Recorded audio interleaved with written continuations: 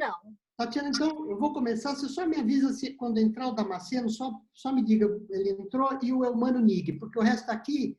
Vamos dar aí a preferência a quem já está na nossa audiência, e aí a gente começa absolutamente no horário. Então, boa noite a todos, agradecido por essa gentileza de se reunir conosco. Essa live, ela pertence a todos nós, a todos vocês. É dela que nós vamos tirar um conjunto de pensamento próprio. Então, gastando aqui meus 2 minutinhos de entrada, eu quero agradecer a equipe técnica, agradecer as pessoas que têm nos ajudado. Quero dizer que ela faz parte de um programa de educação continuada da Universidade Corporativa do GCSM. Todos serão certificados. Nesse momento, nós estamos preparando toda a agenda da certificação. Nós já temos documentação junto ao Ministério da Educação, dentro do programa de desregulamentação. E uma notícia boa para todos. Fomos autorizados, vamos cumprir um pequeno processo, nós já temos condições de emissão, e evidente não imediatamente, mas somado retroativo e o que nós estamos fazendo, da emissão de diplomas de graduação. Então, depois eu explico melhor para vocês. Mas, por exemplo, quem foi ao LAMPA, quem foi ao LASPA, quem foi ao OCA em 2015, 2016, eu vou dar uma certificação retroativa, porque o processo da universidade já existia, e nós vamos aí estar certificando todas as pessoas que participaram do nosso evento, dando carga de aprendizado, capacitação e treinamento, mas nós vamos falar isso depois. Então, aqui, pessoal, eu vou cortar o meu tempo, porque eu prefiro ceder o meu tempo para o Milton. Milton, eu teria 2 minutos para falar, então eu não vou falar. Eu gostaria que você tivesse os meus 2 minutos e mais os seus 3, porque você é o único que passou pela Covid-19. Então, eu passo a palavra ao Milton. Use o meu tempo, 2 minutos, que começamos no horário, e cronometra direitinho 2, e você mais 3. Você vai falar 5 minutos, porque você vai nos dizer sobre o que você viveu com a Covid-19 na sua casa e qual é a sua percepção do novo normal após a Covid-19. A palavra é sua, Milton, cronometrando. Obrigado, Agostinho. Boa noite aos meus amigos que estão aqui participando dessa live. Queria também cumprimentar a Tatiana, que está aí nos ajudando. E assim, olha, em rápidas palavras, como você já sabe, eu voltei dos Estados Unidos no dia 12 e já cheguei aqui com alguns sintomas que me pareciam realmente estranhos. No dia 13 eu fiz o teste no Hospital Samaritano, né?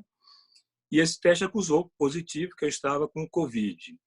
Bom, a partir daí, foram dias assim bastante tensos aqui dentro de casa, porque o médico infectologista que passou a nos acompanhar, ele queria naturalmente saber todos os sintomas que eu estava tendo, para ver o nível de gravidade, se fosse o caso, para ir para o hospital ou permanecer em casa. Ele me recomendou que ficasse em casa, deitado. Heloísa fez muito chá quente com gengibre, limão. Eu passei a ter muita dor no corpo, dor nos olhos e dor de cabeça. E depois eu comecei a ter um pouco de estado febril, sempre no final da tarde. Esses dias foram realmente muito delicados, porque a gente não sabia, não tinha tanta informação como já temos hoje em dia. Hoje você tem muitas informações, que até, inclusive, algumas delas complicam e atrapalham um pouco. Mas o fato é que, passado aí alguns dias, eu comecei a ter muita tosse, e depois dessa tosse, que foi bastante incômoda, foi gradativamente diminuindo, uma tosse seca, e que eu consegui, então, com o meu próprio organismo, desenvolver anticorpos, e ao final aí de 7 dias eu já estava me recuperando. Mas confesso a vocês, meus amigos, que foram dias realmente muito tensos, porque eu não sabia no outro dia como é que eu ia acordar ou se eu ia ter que ir para o hospital. Mas, graças a Deus, consegui me recuperar. A Heloísa também não teve problema, não pegou o Covid e estamos muito bem, graças a Deus, até o momento. É isso. Bem rapidamente, viu, Agostinho? Obrigado.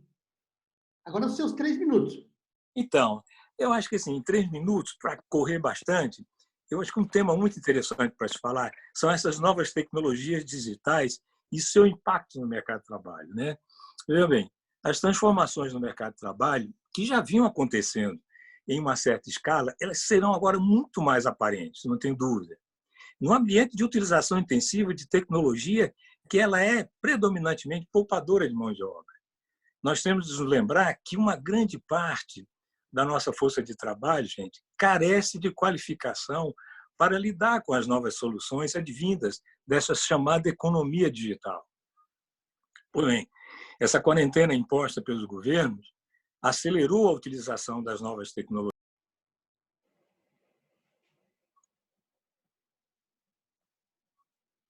Tem trabalhado muito.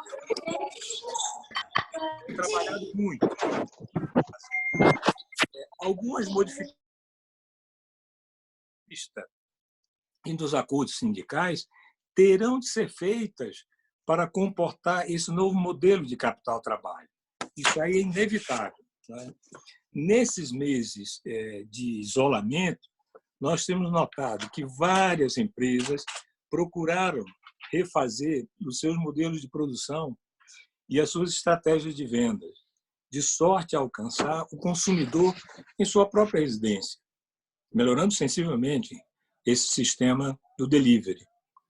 O comércio eletrônico e as práticas de delivery, eu não tenho dúvida, se intensificarão definitivamente. Vejam, as redes comerciais que não se prepararem para a adoção desses serviços correm o risco de perder participação de mercado. Os shopping centers já vinham sentindo essa quebra de rumo bem antes do coronavírus e agora eles estão criando os chamados marketplaces. As lojas físicas estão se transformando em showrooms. E essa é uma relação que terá de ser repensada. Pois bem, essa nova prática certamente levará a um replanejamento dos espaços atualmente ocupados pelas empresas, uma vez que não será mais necessário grandes áreas de escritório, com altos custos de aluguel e manutenção, reduzindo assim as despesas com condução e outros fatores indiretos. Em resumo, eu diria para vocês, a adoção das inúmeras plataformas digitais pelas empresas e pelos consumidores, isso combinado com esse período de suspensão das atividades em quase todos os setores da nossa economia, que atinge fortemente o segmento das micro e pequenas empresas, todos nós sabemos que são responsáveis por mais de 50% dos empregos formais no país, isso vai agravar mais ainda o nível de desemprego, com consequências muito sérias do ponto de vista econômico e social. Portanto, esse tema, para mim, ele é de uma relevância muito grande no que vai acontecer após passado esse período do coronavírus. Ou seja, mercado de trabalho com a tecnologia digital cada vez mais ocupando esses postos de trabalho. Essa é a minha opinião nesse curto espaço de tempo que você me deu, Agostinho. Muito obrigado.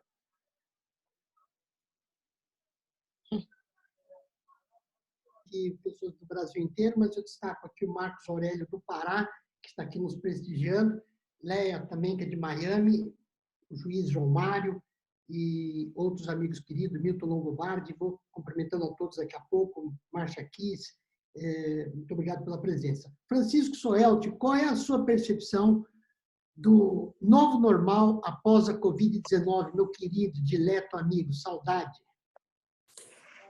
Bem, boa noite a todos. Muito obrigado, Agostinho, Tatiana, enfim, colegas todos presentes. A gente tem a seguinte visão.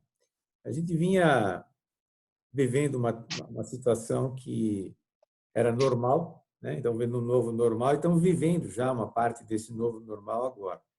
A gente vive uma transição abrupta, né, nas relações sociais e também nas operações das empresas, como o próprio Milton comentou, que estão provocando a adoção de inovações tecnológicas com uma rapidez maior do que a gente fazia no passado, permitindo, portanto, o trabalho remoto, reuniões virtuais como essa, né, que nós estamos agora fazendo, acesso aos canais institucionais de uma forma muito mais ágil, né? E tanto por nós como por os nossos colaboradores, pelos nossos amigos, enfim, as compras, conforme o Milton mencionou, né, entretenimento e consultas médicas virtuais. Isso é muito importante, que nessa época de pandemia foi liberado. E nós estamos já vendo casos, né, como a Unimed Seguros, que já está fazendo isso com muita propriedade, né? Então, a gente imaginava viver um mundo no qual a gente podia prever, planejar, e em poucas semanas a gente viu que nada disso mais é possível. A gente já falava, né, do Agile Mindset, da nova forma de você idealizar e colocar novos produtos e serviços no mercado, mas não imaginava que seria com tanta pressão que nós o faríamos, né? Então, particularmente, nós estamos vivendo aí essa situação na Micropower, é um exemplo de vivência, né, dessa situação desde o dia 19 de março, né? Estamos agora no dia 4 de maio, portanto, já se passaram 40 dias. Nossos mais de 100 colaboradores passaram a trabalhar em regime de home office de um dia para o outro, praticamente, né?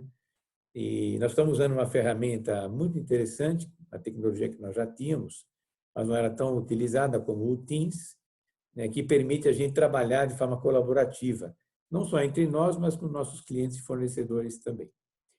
Bom, para tornar uma longa história curta, todas as atividades da empresa estão sendo executadas remotamente, as vendas estão acontecendo, contratos estão sendo assinados virtualmente, as implantações das soluções, treinamentos estão acontecendo com os clientes. Nós estamos desenvolvendo novos conteúdos, novas funcionalidades na nossa plataforma, e todos os serviços pós-implantação, atendimento telefônico ao cliente pós-implantação, tudo 100% sendo feito remotamente. Já passamos de um mês para o outro, as metas estão sendo atingidas, os níveis de produtividade também. Portanto, nós estamos vivendo essa situação nova que o Milton mencionou, já estamos vivendo. E não sei como é que a gente vai fazer na volta, quanto disso vai permanecer, mas, de fato, a gente vem já questionando bem essa situação. Então, em linhas gerais, eu queria só contar essa situação da Micropower para vocês. Depois dos meus 2 minutos, eu quero falar um pouquinho da estratégia brasileira para a transformação digital, que é que nós estamos trabalhando a nível de preparar o Brasil, né, para enfrentar o pós-Covid de uma maneira diferente do que a gente vinha vindo, né? E, por último, no meu 1 minuto, eu quero falar de pessoas. O que temos que fazer para preparar as pessoas para essa nova realidade? É isso, Agostinho. Chico, obrigado, sempre brilhante. Palavra com o nosso querido amigo Salerge. Agostinho, Tatiana, boa noite, os colegas. Eu vou um pouco mudar e fazer o seguinte pergunta: como que vai ser o mundo, não aquele mundo plano, mas o mundo redondo, após essa pandemia que atingiu o mundo inteiro? Como que vai ser o comércio internacional e como que vai ser o retrato político desse mundo no futuro? Primeiro, efetivamente, essa situação que estamos vivendo, ela demonstrou que somos muito mais vulneráveis do que a gente percebia. Essa vulnerabilidade na área de saúde, que derrotou todos os, vamos dizer, as situações econômicas nos países, vai ter as consequências de um redesenho político de um lado e também um redesenho especialmente na área do comércio exterior, comércio internacional. A primeira coisa que me parece que é importante entre as vulnerabilidades que se mostraram nesse momento, que o mundo depende demais da China e que essa dependência da China, seja de tecnologia e de fornecimentos, etc., no global supply chain, não vai ser mais possível para frente. Nós vamos ter menos China e provavelmente mais produção local. Como vão ficar nessa parte também os acordos internacionais? Por exemplo, no caso do Brasil, nós temos acordos em negociação e necessidade de ratificação, que é o acordo Mercosul-União Europeia, é a outra questão. Ou seja, nós vamos ter que rever todas as relações internacionais, seja elas políticas, seja elas as econômicas. E na área também a questão da cooperação internacional. Quais organismos e como que eles agiram durante esse tempo, seja organismos como a Organização Mundial de Saúde, Nações Unidas, ou como a própria União Europeia que reagiu. E dentro disso agora é a questão fundamental para o Brasil é como a gente vai se inserir nesse retrato e principalmente no comércio internacional. Eu tenho muita preocupação porque nós estamos subestimando que os nossos clientes internacionais também vão entrar em dificuldade. Vão entrar em dificuldades de seus mercados, vão entrar em dificuldades cambiais, ou seja, vai faltar dinheiro, eles também vão precisar exportar, mercados não vão agir, e nessa história toda, como que vai ficar a nossa balança comercial? Não é só balança comercial, que, por exemplo, em abril mostrou bons números, mas principalmente balança de pagamentos, que é a saída do total de capital. Por outro lado, não vejo que capital estrangeiro, que nós chamamos Foreign Direct Investment, FDI, vai entrar no Brasil, porque se não houver as privatizações, se não tiver novas concessões que estão balançando nessa crise, né, esse capital não tem mercado no Brasil, não tem fábricas para construir e vamos ter que viver de empréstimos internacionais, ou seja, vamos ter que aumentar o endividamento. E nessa história, para concluir, vem também a parte de questão de turismo interno. Nós temos nossa dependência de turismo, também é importante fonte tanto de entrada como a saída, e nisso aí como que vai ficar o câmbio. No popular no Brasil, nós costumamos dizer que o dólar sobe, dólar cresce, não é verdade. O que quem está se desvalorizando é o real, e eu prevejo uma desvalorização ainda maior por falta de câmbio, por falta de dinheiro, não é? E da confiança na situação econômica e política, o dólar e moeda estrangeira se tornando uma espécie de proteção contra a desvalorização dos outros ativos. Obrigado.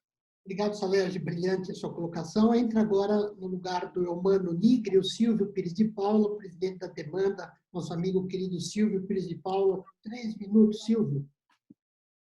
Como é que você vê o novo normal após a Covid-19? Qual é a sua percepção, Silvio? Não sei se vocês estão me ouvindo. Estão ouvindo? Ouvindo bem. Estão ouvindo? Estamos ouvindo bem. Estão ouvindo bem, ok. Sem imagem nesse momento, mas eu não estou de cueca não, viu? Pessoal, eu e a Ana Maria comemos uma porpeta do América por $13 cada um. Porpeta do América é uma das coisas mais gostosas que existe, vocês todos são testemunhas. Aí eu fiquei espantado do custo baixo que está o Brasil nesse momento. Esse é um fato. É possível a gente comprar uma passagem para Lisboa e voltar pela Latam por $500. Então, esse fenômeno, o que está acontecendo é que, ao mesmo tempo que houve essas coisas, que tem gente ganhando dinheiro ou com entregas, ou com o e-commerce completamente, a Magalu está ótima, a Guarani está faturando muito bem, o Mercado Livre está bombando, né? Então, ao mesmo tempo que existe uma grande quantidade de ansiedade, desemprego ou ameaça de desemprego, existe muito mais uma percepção de tristeza causada pela mídia do que também, na minha opinião, né, um fato real que esteja acontecendo mesmo. Minha cunhada teve Covid e passou bem, ela perdeu o apetite, diminuiu um pouco o olfato, mas o que aconteceu com ela foi isso, um pequeno resfriado, como era dito no passado. E o filho dela também teve. Então, não foi tão pesado como aconteceu com o Milton de Melo Santos. Foi mais leve. É bem possível que para a maioria das pessoas mesmo, os efeitos sejam mais leves do que a gente está imaginando. A gente está antecipando o pior sempre. Eu queria comentar o seguinte. Há uma grande proporção de pessoas que nesse momento, ganhou mais dinheiro com a valorização do dólar, porque tinha investimentos no exterior, alguns de vocês que estão participando dessa live, com certeza, e que a valorização do dólar em relação ao real suplantou as perdas dos investimentos em dólar que já tinham. Então, eu digo que, com os benefícios que isso aconteceu, ficou barato. Eu volto ao exemplo da porpeta, porque é um exemplo que ilustra o fato de que no Brasil, hoje em dia, está barato. Estão baratas as coisas. O que está acontecendo também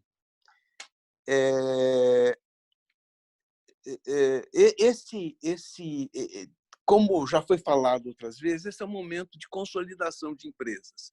É um momento em que existe uma quantidade muito boa de talentos disponíveis no mercado, existe uma quantidade de empresas que podem ser absorvidas ou ser estabelecido.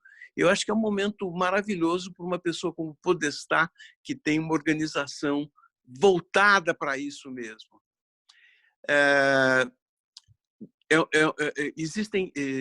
O Nietzsche já dizia que o que não me mata me torna mais forte.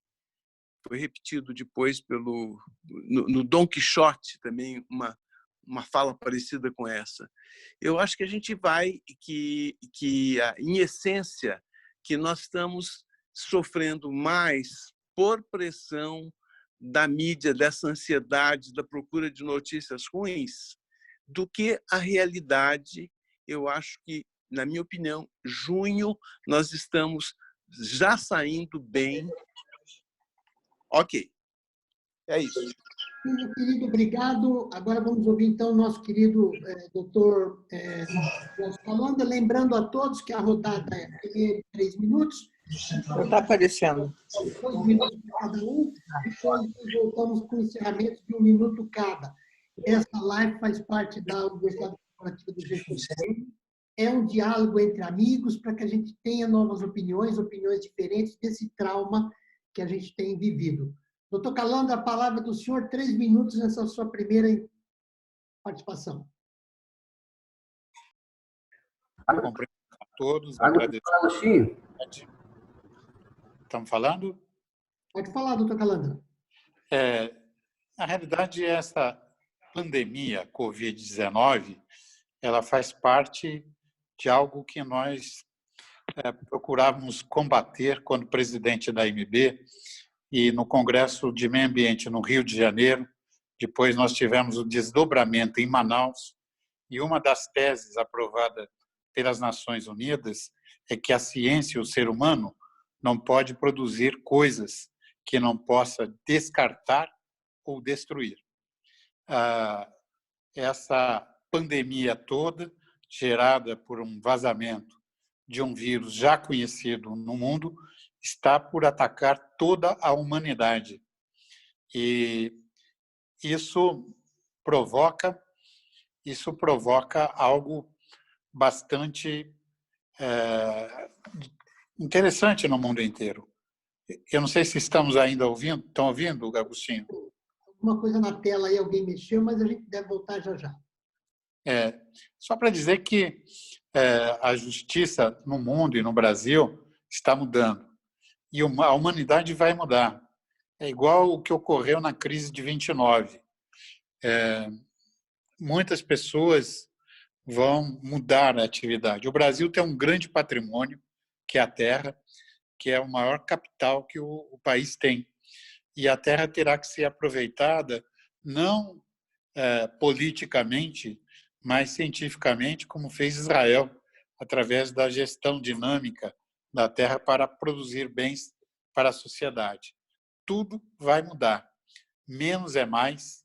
Nós, no Judiciário, ontem foi Dia Internacional da Liberdade de Imprensa, queria homenagear os nossos jornalistas, lamentar a agressão aos profissionais do Estado de São Paulo, dizer que nós, no Judiciário, sejamos juízes, advogados e promotores, estamos com uma bomba armada na mão, que é a denúncia do ex-juiz Sérgio Moro, ex-ministro da Justiça, que sai do governo atirando contra o presidente da República, fazendo toda uma série de denúncias que o nosso ministro Celso de Mello, a pedido do nosso procurador-geral Augusto Aras, mandou que fosse apurada. Ontem foi o depoimento do Sérgio Moro, em Curitiba, durante 9 horas, e uma série de documentos foram trazidos. Hoje é o primeiro dia de abertura de prazos no Poder Judiciário. O Poder Judiciário está mudando e já mudou para a forma digital, as coisas vão mudar completamente. Na Alemanha não existe mais gabinete de juiz, nada disso. Os juízes trabalham à distância e com hora marcada.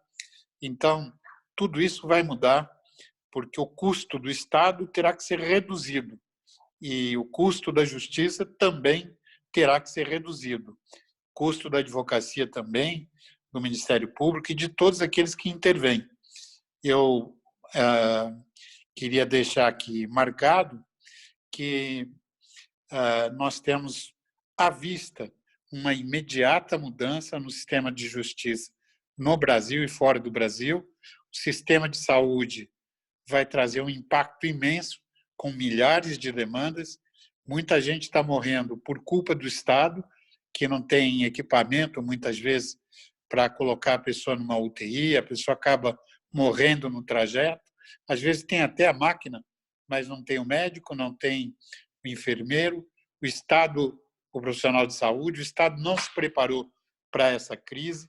Isso vai também aflorar em inúmeros processos. O presidente Geraldo Pinheiro Franco, em São Paulo, ele determinou que seja criado instâncias de conciliação para enfrentar essa enxurrada de processos.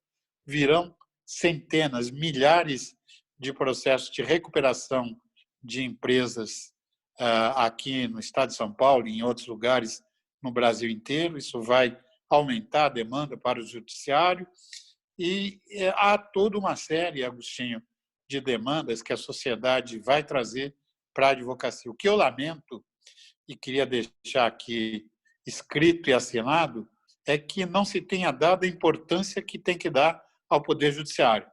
Bombeiro não fechou, polícia não fechou, profissionais de saúde permaneceram e justiça, que é o lado tão fundamental quanto saúde, acabou ficando numa posição secundária, atendendo apenas por plantões.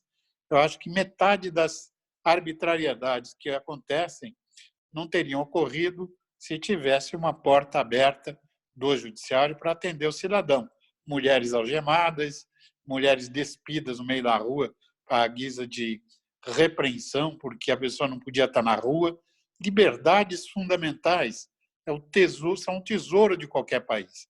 Então, violar tesouros, tocar nessas liberdades, só mesmo por uma exceção. A função do governo não é prender as pessoas, nem bater, nem matar. As pessoas têm que ser convencidas a atender aquilo que o governo diz. Ainda agora, fecharam as ruas principais de São Paulo, obstruíram as ruas, dizendo que é para melhorar o fique em casa. Eu não estou falando que fizesse então, encerramento daqui a pouco. E profissionais de saúde perdendo a hora de ir para o hospital socorrer pessoas que estão morrendo. Tem que pensar que nós estamos em São Paulo, na terceira maior cidade do mundo. Está aí o Sandro, que pode dizer qual o movimento da cidade de São Paulo. Um abraço a todos e obrigado. Obrigado, doutor Calando. Daqui a pouco voltamos. Então, repetindo, todos vão voltar com mais 2, mais 1 e abrindo espaço depois para algumas pessoas convidadas aqui presentes. Avisando, então, que o Gilberto da Silva, que é o nosso diretor, pró-reitor da Universidade Corporativa, está aqui nos assistindo, participando desta reunião, ele que está documentando tudo e que toma conta da nossa Universidade Corporativa, junto com o Rafael Olivieri, que é o nosso reitor da universidade. Com a palavra, meu amigo, querido irmão de caminhada, José de Podestá. Boa noite a todos, amigos. Que saudade de todos vocês. É muito bom ver todos vocês aqui, ainda que seja virtualmente. Acho que todos nós estamos com saudade de poder nos abraçar e nos encontrar pessoalmente com todos os eventos aí que o Agostinho consegue nos reunir sempre. Acho que eu tenho 2 coisas a comentar com vocês. Uma que eu imagino e a outra que eu gostaria. Talvez não dê tempo de falar as 2 agora, então vou deixar o gostaria para depois. Esse pós-Covid que o Agostinho colocou como um tema vai estar dando a oportunidade de, em casa, a gente refletir sobre muita coisa da nossa vida, muitos valores que a gente tem. muita coisa que a gente sempre viveu e pensou. Quando a gente fala na realidade das relações de trabalho, que já foi abordado, certamente é muita especulação ainda, ninguém sabe direito o que vai acontecer, a gente só sabe que vai mudar, mas a forma de trabalhar, o home office vai vir de uma outra forma, as relações de escritório, como o Milton falou, acho que o preço dos escritórios, real estate, isso vai mudar muito em São Paulo, mas eu não acredito que a gente possa trabalhar somente virtualmente. Né? Eu acho que o olho no olho vai fazer falta, o calor humano vai fazer falta. Eu não consigo imaginar, principalmente nos tipos de negócios que eu estou envolvido, ou que muitos de nós somos envolvidos, que a gente pudesse fazer tudo virtualmente, que a gente não pudesse ter, no mínimo, uma parcela dos dias, a gente ter uma convivência olho no olho e a relação humana, até de sair para almoçar, de poder conversar, discutir, estender uma discussão de negócio. Então, eu acho que isso é uma das realidades que, sem dúvida, vai mudar. O comércio eletrônico ele já vem há muito tempo na expectativa dele de mudar. Desde que começou isso, já se imaginava um risco dos shopping centers virarem grandes showrooms, em que se pudesse passear, pudesse escolher as coisas, voltar para casa e comprar pela internet. Acho que os mitos e medos que existiam sobre isso vão cair e muita gente vai começar a fazer isso, e isso vai fazer outra mudança grande nas relações de comércio. Acho que eventos de negócio, eventos de lazer, também vão ser muito impactados. Acho que não se sabe ainda como, mas certamente a realidade virtual vai trazer um componente importante para isso. E por um bom tempo ainda, o receio de estar junto também vai ser um grande problema. O que me preocupa bastante é uma das coisas que muitos de nós gostamos bastante, que são viagens e poder estar junto com amigos ou em outros lugares. Isso também, eu não sei quando que vai poder voltar ao normal. Nós temos o nosso evento aí com uma grande aposta que vamos conseguir fazer em setembro, mas a vida do jeito que a gente conseguia fazer, tanto de relações de trabalho como de lazer, eu acho que isso ainda é uma coisa que está muito incerta, quanto tempo vai levar para vir para o normal. Temos que acreditar que vai vir para o normal, que a gente vai sanar isso, mas sempre terá expectativa de algum outro. Então, pensando um pouco aí no nosso prazo, vamos deixar o resto para daqui a pouco. Agostinho, sua vez. Obrigado, Podestá. Nós estamos aqui com o Major Davidson, lá de Brasília, que ele nada como ter um militar no grupo, né? O tenente brigadeiro Damasceno está em reunião no Ministério da Defesa, mas falou, vai lá, entra no meu lugar, fica assistindo, que a hora que descer da reunião eu entro para participar, mas vai lá e me conta tudo depois. Então, Davidson, sua responsabilidade é grande agora, hein? Obrigado pela participação. E eu vou pular, então, o brigadeiro Marcelo Damasceno. Assim que ele entrar, Tatiana me avisa, você me avisa aqui pelo WhatsApp, que aí a gente coloca ele na sequência, tá bem? Só posso dar um recado rapidinho, coisa bem rápida, seu Agostinho? Por favor. É coisa bem rápida. Boa noite a todos, né? Sou o Major Davis, como o Agostinho falou, assistente brigadeiro Damasceno. Ele está lá agora no Centro de Operações lá do Ministério da Defesa, desde as 15 horas, tratando de ações, né, que a Força Aérea vai fazer em combate ao coronavírus. Né? Hoje, por exemplo, foi iniciada uma operação lá no Porto de Santos para apoiar os caminhoneiros, nessa classe que não deixa o nosso país parar, que apoia praticamente quase todas as nossas áreas comerciais aí no Brasil. E tem outras ações que a gente está tomando, né? Transportar toneladas de insumos Brasil afora, remédios, alimentos, equipamentos. Então, ele está lá agora, não tem previsão de horário de terminar, mas assim que ele terminar, ele vem e volta para a reunião. Tentará, né, participar da reunião ainda, vamos ver se vai dar tempo para participar da live aí. Então, ele pediu para deixar esse feedback a todos. Pessoal, uma salva de palmas para o Major Davis, que faz parte dessa organização que nós aplaudimos, Davidson. A Aeronáutica está aqui no coração de todos nós. Parabéns pelo trabalho que vocês estão fazendo. Eu sei que o Formaggio acabou de entrar aí também, está aí numa luta, montando esse hospital em Santos. Quer dizer, heróis invisíveis do ar que a gente aplaude em todas as circunstâncias. Obrigado, seu Agostinho. Obrigado. Me avise a hora que o brigadeiro, eu vou perceber, mas me avisando, ele vai ter o tempo dele para falar. Marcelo Ramos, você tem a palavra em 3 minutos agora, querido.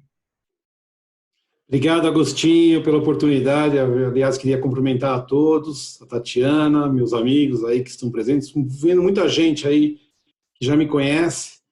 E para aqueles que não me conhecem, eu trabalho numa empresa de tecnologia presidindo as operações da América Latina. E é uma empresa de tecnologia que atua muito no mercado corporativo. né? E aí é onde que eu vou dar um pouco aí, dividir um pouquinho da minha experiência, o que eu tenho observado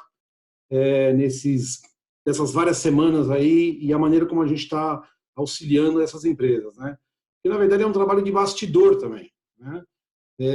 Todos nós aqui estamos utilizando celulares, as redes de TV a cabo, utilizando serviços de grandes empresas, de varejistas, dos supermercados.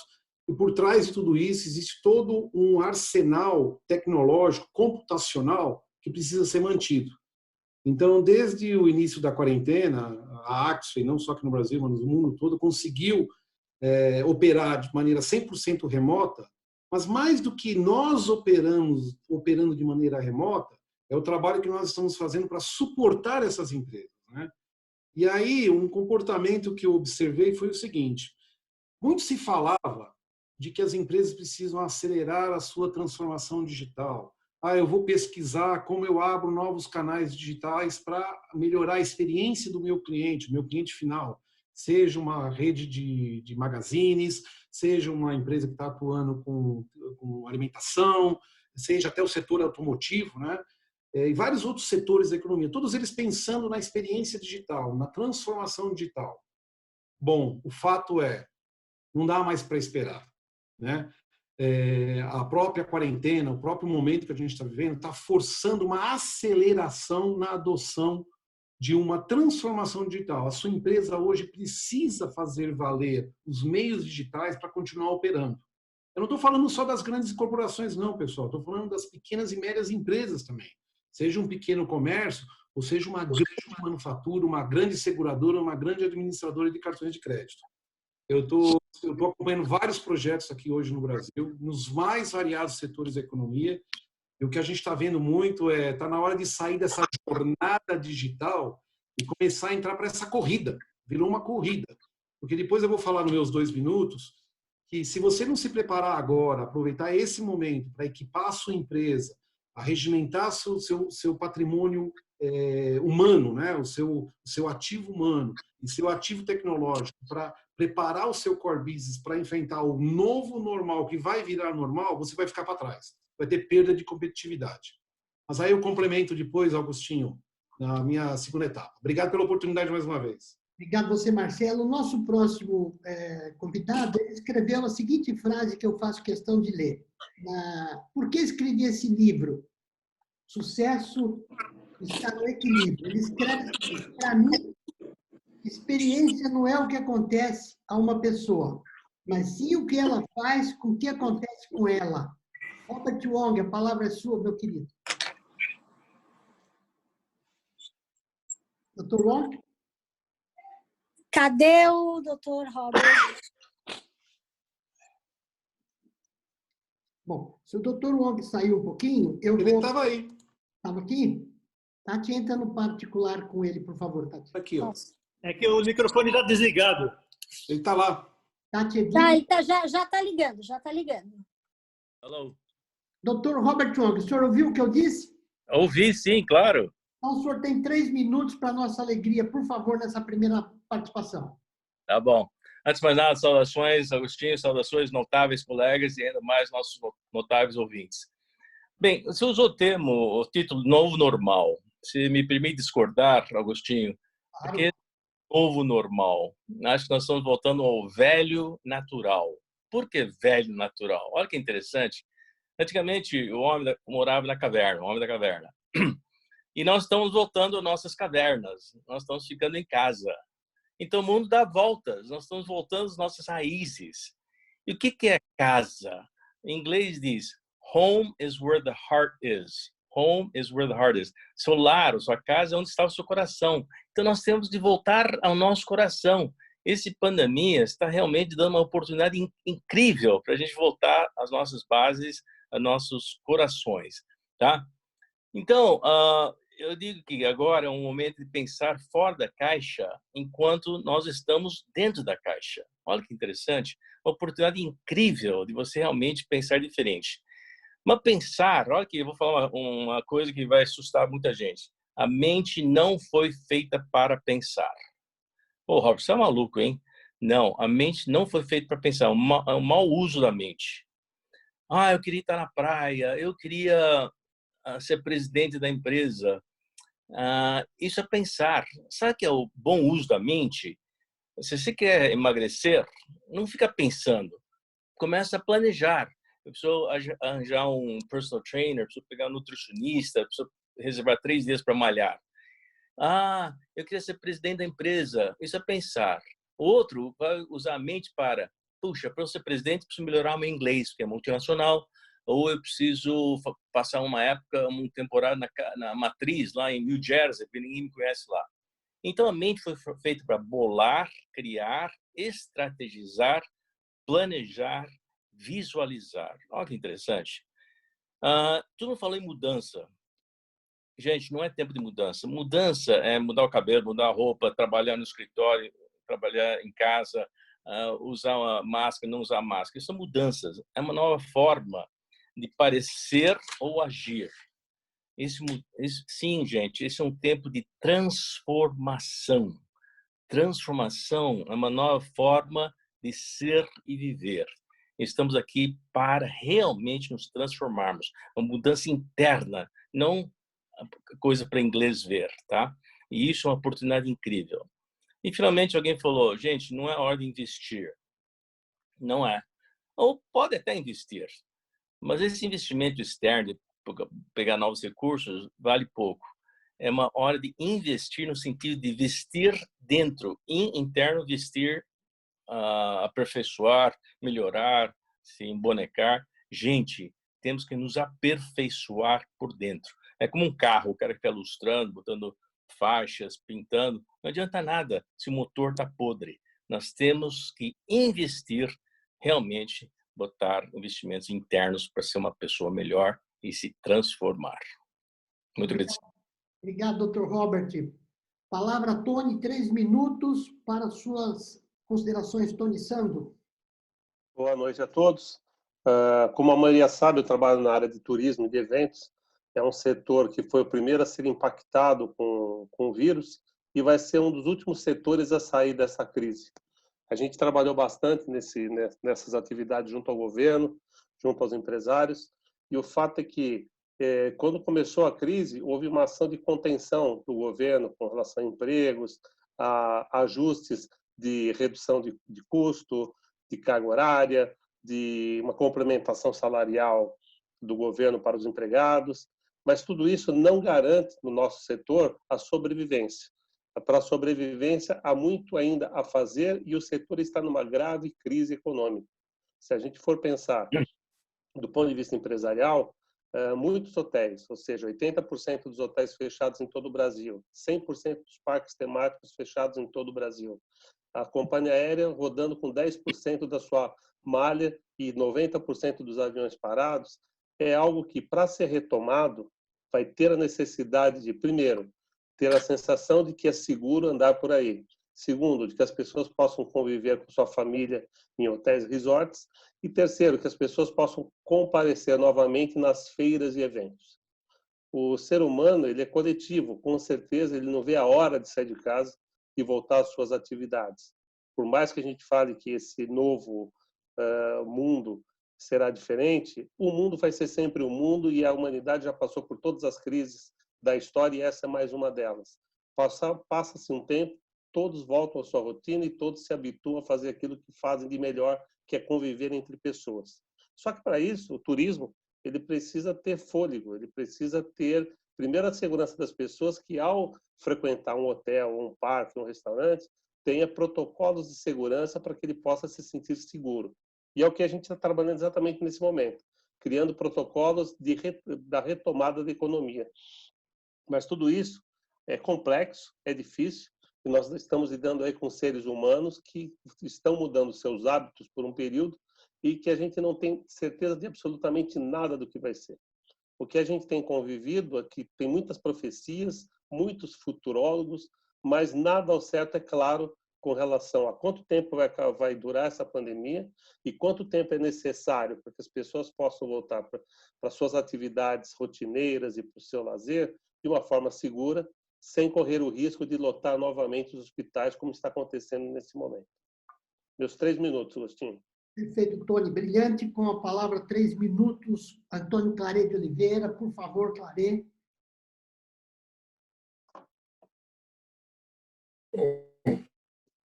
Boa noite a todos. Está me ouvindo bem? Ótimo. Tudo bem. Ó, a boa nova é que eu ficar mais para a última a falar e tal, já foi falado quase tudo, né? Então facilita muito. Segundo, nova era. Não adianta falar que essa mudança já aconteceu, que o planeta já passou por isso e tal, porque, na verdade, hoje nós estamos numa fase de evolução muito grande do planeta, tudo muito sistematizado. De fato, o planeta virou uma pequena aldeia e nós acostumamos com isso tudo. Então, na minha visão, hoje, o que vai acontecer é essa nova era. Nós vamos ter que refletir muito, muito mesmo.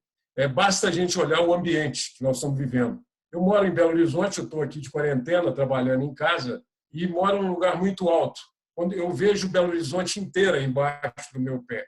É impressionante, porque eu nunca vi nesse tempo todo que eu moro aqui, mais de 45 anos, e eu nunca enxerguei Belo Horizonte inteira, e nunca enxerguei, a 40 quilômetros de mim, o aeroporto de Confins. Então, assim, os pássaros estão voltando, as pessoas estão com um comportamento diferente. Nós, empresários, nunca, apesar de ouvirmos muito dos WONG da vida, que nós temos que fazer momento de parada, nós nunca fizemos esse momento de parada adequadamente. Estamos fazendo isso agora.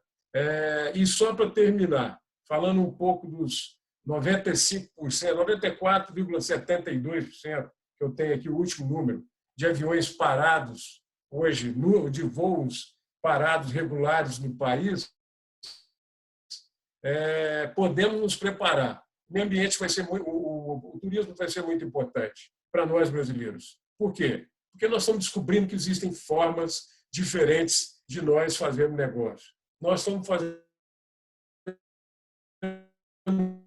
muito usar e aquela coisa de avião lotado de executivo para baixo para cima, por exemplo, minha impressão é que não vai ser a mesma coisa quando voltarmos. E a nossa necessidade aí do coração, né? Aquela que vem de dentro, de estarmos próximos dos amigos, próximos das famílias, ela voltou outra vez. Então, eu quero deixar essa mensagem para sedimentarmos juntos no final. Obrigado a todos, um beijo para todos.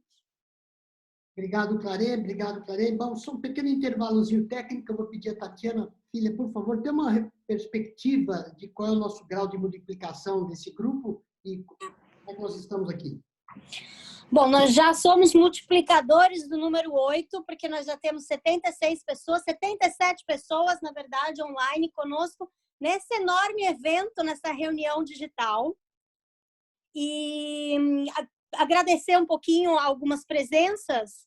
Eu queria agradecer a presença da Silvia Mello, queria agradecer a presença da Ana Quirino, Vigílio Carvalho, Antonino Freire, Selma Helena, Rogério Macadura, Marcos Bloch, Michel Alabi, Michele, Milka Soelt,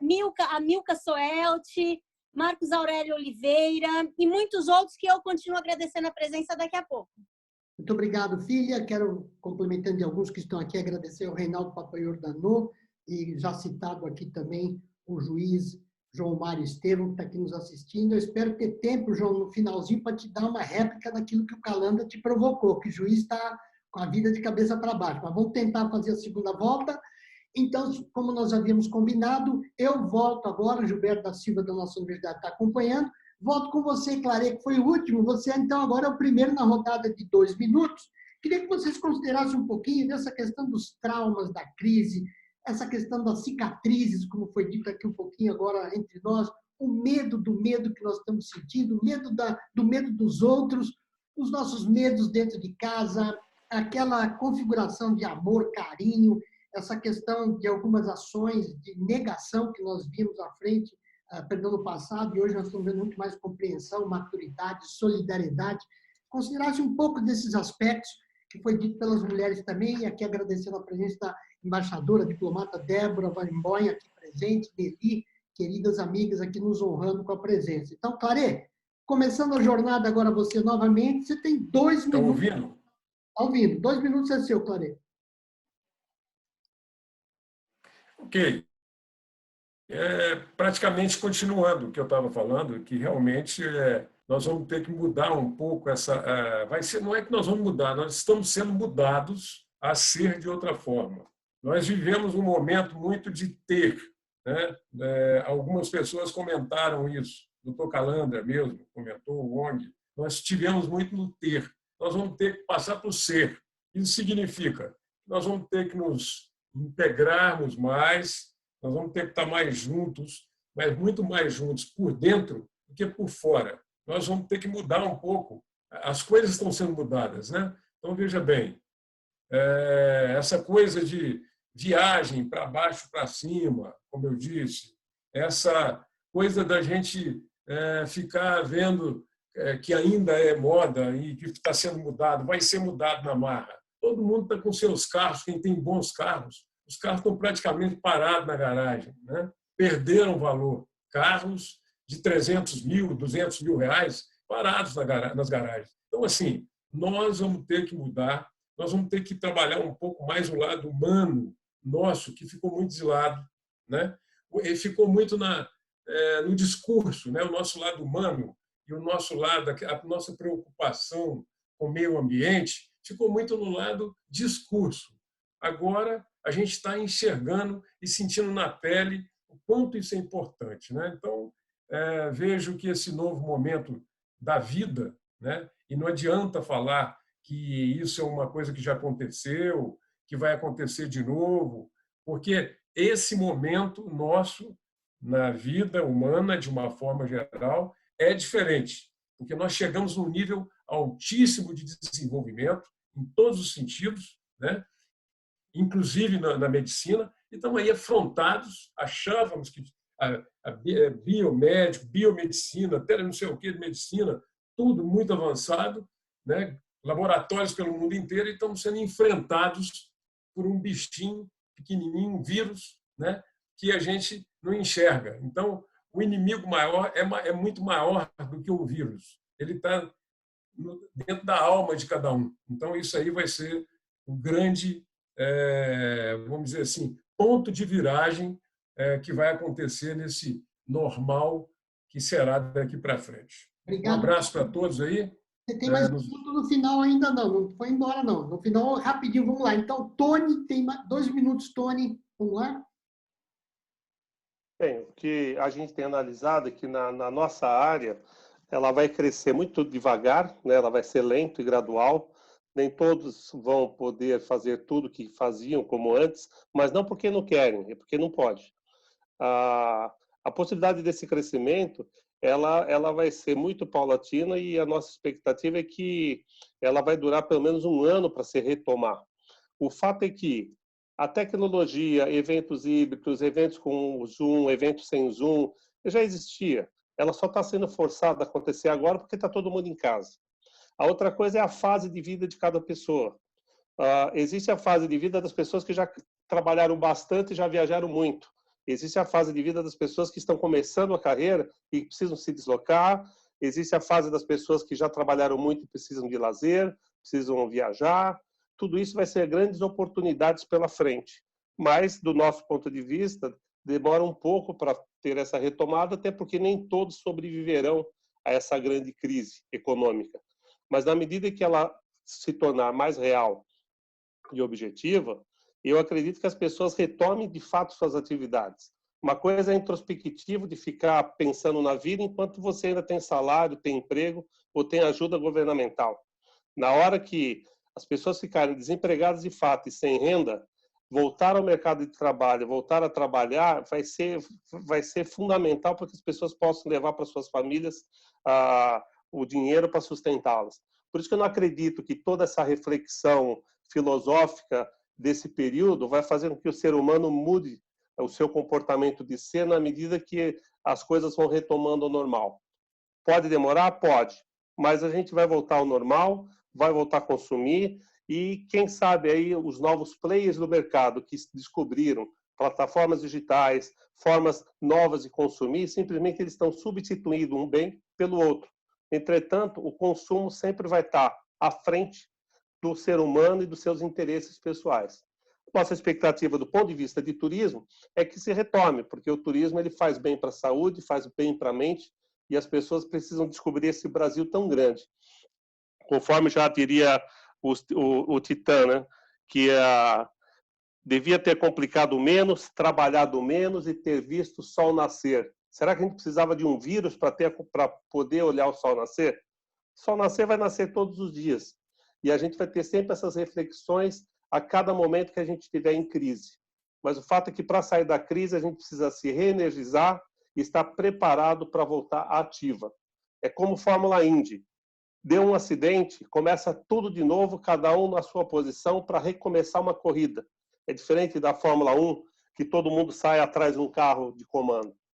O jogo começa de novo e quem vai vencer são as pessoas que têm energia, estão pensando em como propor produtos novos, serviços novos e atender uma demanda que não existe. Obrigado, Tony. Com a palavra, o Dr. Robert Wong. 2 minutos. Dr. Robert Wong. Microfone, Dr. Robert Wong. Está desligado. Microfone, Dr. Robert Wong. Está desligado. Alô, alô, estão me ouvindo? Ótimo. 2 minutos, Dr. Wong, por favor. Legal. Muita gente vem me procurar sobre empregos, o que vai acontecer comigo, vou perder meu emprego, o que fazer. Gente, o emprego já realmente vai entender. E emprego, inclusive, é uma forma reativa de você reagir ao que o mercado tem de bom para oferecer. Você tem que trabalhar com empregabilidade. Empregabilidade é demonstrar para o mercado o que você tem de bom para oferecer. Cada um tem tasca para oferecer, tá? E o emprego, antigamente, a gente era muito levado pela motivação, que é motivo para a ação. São coisas externas, por exemplo, um bônus, uma promoção, ou até um castigo. Se você não fizer, você vai ser demitido. Então, para ganhar o prêmio ou fugir do castigo, o cara vai atrás. Ok? Hoje, tem que trabalhar a inspiração. A inspiração vem de dentro. E o maior fator de inspiração é o amor. Amor à pátria, amor a Deus, amor à família, amor a alguma coisa que faz você chegar lá. E temos que tentar trocar também qualidade de vida. Tudo que é qualidade de vida são fatores externos. Por exemplo, dinheiro, amigo, trânsito livre, fama, poder. Por uma vida de qualidade. Vida de qualidade são fatores internos. Coisas como paz de espírito, saúde, amor, equilíbrio. Porque realmente o sucesso está no equilíbrio, como você bem colocou, Agostinho. Muito agradecido. Obrigado, Dr. Wong. Cumprimento aqui nosso querido amigo, professor Jorge Legman. Obrigado pela presença, professor Legman, que está aqui com a gente. Muito obrigado, sempre nos prestigiando. E agora a palavra com o Marcelo Ramos. Microfone do Marcelo Ramos. Opa! Então, Agostinho, até quando eu publiquei nas mídias sociais aí o convite para essa live, eu quis buscar, remeter ao pensar diferente. E aí, falando novamente do mundo empresarial, né? mais desse lado aí do corporativo. As empresas vão ter que pensar diferente, né? O próprio título, né, da nossa live hoje, o novo normal, já remete a algo que é novo, diferente. O próprio Tony ressaltou muito bem, novos serviços, né? Novas ofertas para você atender seus clientes. Então, o pensar diferente significa retransformar a sua empresa. O Dr. Robert Wong, na primeira fala dele, ele falou muito bem essa parte da transformação. Nós estamos num aperfeiçoamento contínuo. A tecnologia vem justamente para viabilizar esse pensar diferente. Vou aproveitar aqui e dividir com vocês algo que a Axo está fazendo para ajudar as empresas no mundo todo. Nós temos uma oferta de um produto que permite que você troque informações de colaboração entre grupos de trabalho. Então, as empresas estão com suas equipes em casa, elas precisam trocar informações entre si, precisam compartilhar dados de maneira síncrona. Então, eu vou oferecer aqui, Agostinho, com toda a liberdade aí, todo mundo pode ter acesso a essa ferramenta, é gratuita, tá? Durante o período aí da quarentena. Todas as empresas que tiverem interesse, depois mandam uma mensagem para o Agostinho, para mim, que a gente vai dar aí os caminhos das pedras para vocês terem acesso. Mas é uma forma que nós também imaginamos de como que a gente poderia fazer diferente para colaborar nesse momento com os nossos clientes, né, com as empresas, para viabilizar que elas pensem diferente, para que elas comecem a fomentar a colaboração dos seus funcionários que estão em casa, para que eles possam pensar diferente, para que eles possam reinventar as suas próprias empresas, né? Porque o novo normal já vai virar normal. Daqui a pouco, pessoal, o novo normal é o normal. É um novo normal que precisa ser adaptado a essa nova situação que nós estamos vivendo. Muito obrigado, Marcelo. Com a palavra, José de Podestá. 2 minutinhos, está indo bem. Estamos chegando nos horários certos. José de Podestá. Fazendo uma análise de tudo que nós estamos falando, tudo que nós estamos pensando, né? Eu disse que eu gostaria de falar o que eu gostaria que fosse o novo normal, né? O novo normal, a nova realidade depois. Eu acho que está na hora da gente começar a pensar como ser humano e com a nossa realidade humana, a nossa fraqueza humana. Se isso não é uma lição divina para que a gente repense a forma de agir. Se a gente olhar o número de mortos no mundo dessa Covid, de 250 mil pessoas, organicamente a população perde 80 milhões de pessoas por ano, 60, 80 milhões de pessoas morrem por ano, 130, 140 milhões de pessoas nascem por ano. Então isso é uma parcela pequena, na verdade. É uma tragédia, cada vida que a gente perde é uma tragédia, mas quando a gente imagina que o mundo hoje, no século 21, tem 800 milhões de pessoas subnutridas e 5 milhões de pessoas morrem de fome por ano, eu acho que a atenção que nós estamos precisando dar, por mais idealista que isso pareça, é que nessa nova realidade a gente enxergue como a gente tem que fazer diferença para o mundo, acumular bens, acumular dinheiro. E quando se pensa que, por exemplo, o dobro de pessoas subnutridas, 800 milhões, 1,5 bilhão são sobrepeso no mundo. Olha essas estatísticas normais do World Muito. Isso significa que as pessoas não estão olhando a realidade para que serve a vida e o que é o objetivo futuro da nossa vida. Se a gente só olhar o lado das empresas e esquecer o lado humano, o que vai acontecer? O dinheiro que a gente deixou de produzir nesses 40, 50 dias, ou 3 meses de crise, de pandemia, daria talvez para acabar com a fome no mundo, para colocar a África num estágio melhor de qualidade de vida. Será que não é isso que também a gente tem que pensar, cada um de nós?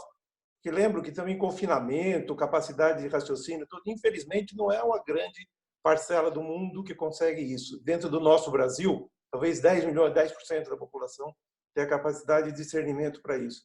Então, esses 10 milhões aqui do Brasil e o resto do mundo, talvez tenhamos que pensar um pouco diferente para essa nova realidade que nos espera.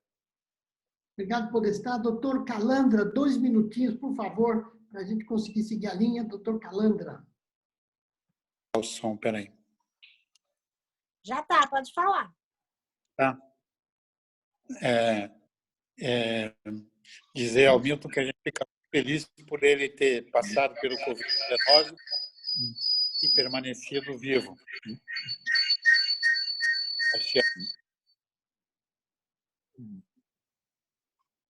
Está ativado. Está piano aí.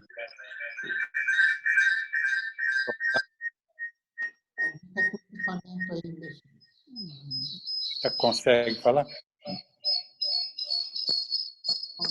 Tatiana, o que está acontecendo?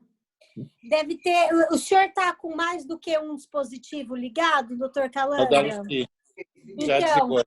Já desligou. Tem que desligar isso, senão dá microfonia. Perfeito. Já desligou. Aqui está desligado. Isso, perfeito. Vamos lá, doutor. Pode falar? Pode falar.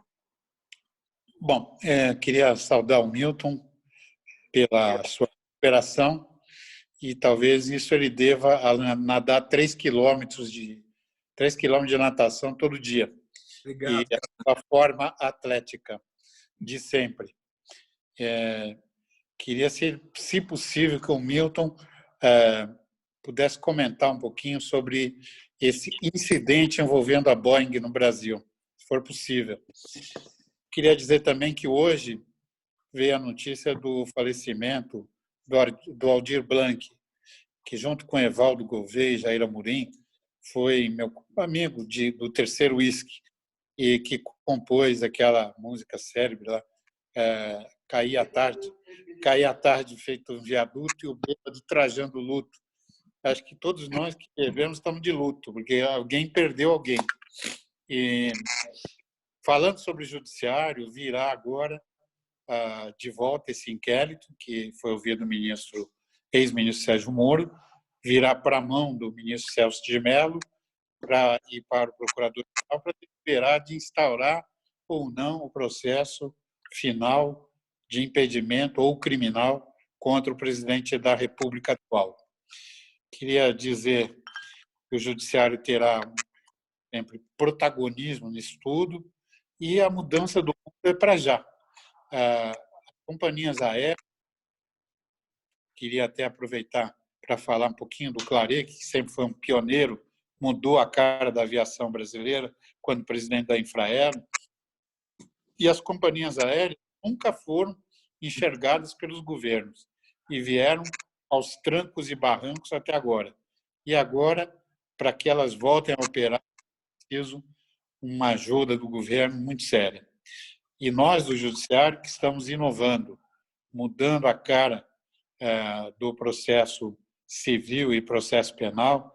Eu que tive a honra de fazer o primeiro interrogatório à distância via internet no mundo, junto com o Edson Brandão, que era um espírito pioneiro, apuração de eleições por meio eletrônico, digital.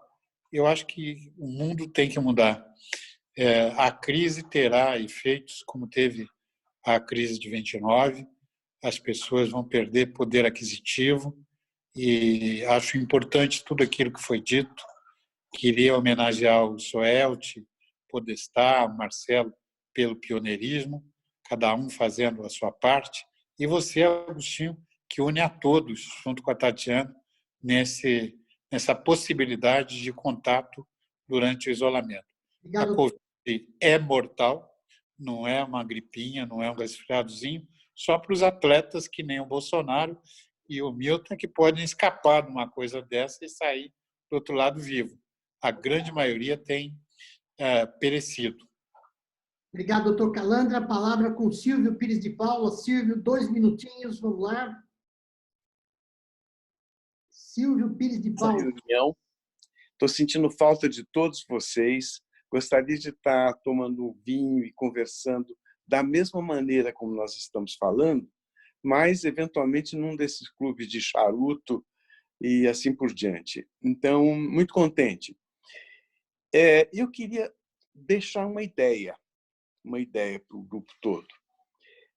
Nós temos feito, na empresa Manda, um exercício muito parecido a esse que nós estamos fazendo nesse momento para planejamento estratégico da empresa pós-pandemia. Como é que isso é feito? Também num tempo curto. Nós revisamos, juntamos pessoas do Brasil todo, às vezes de fora do país, numa ferramenta chamada Teams, Microsoft Teams. Depois até a gente vai experimentar a da Maxion para ver se está boa também. E aí nós revisamos com eles o portfólio de produtos, a penetração e distribuição, os micromercados que cada um trabalha e avaliamos os resultados, o que a companhia deve fazer pós-pandemia, quais são as oportunidades que aparecem desse tipo. Isto é, usando esse mesmo tipo. Então, é uma forma da empresa organizar, juntar o conhecimento que tem e que está disperso em uma quantidade de talentos imensa que está diretamente. Então, essa é uma ideia que eu gostaria de deixar para vocês. Obrigado, Silvio. Palavra com Salerge. 2 minutinhos, Salerge. Muito obrigado. Eu voltaria para uma pergunta que foi colocada, aliás, várias, e parabéns aos nossos colegas pelas assuntos que levantaram. É o seguinte: quanto tempo vai demorar ainda essa situação? Acho que essa é uma pergunta, como antigamente se dizia, de $1 milhão. Ninguém sabe de fato. Depende não só da parte médica, mas também depende das soluções que os governos em diferentes ambientes, diferentes países, estão oferecendo à sua população.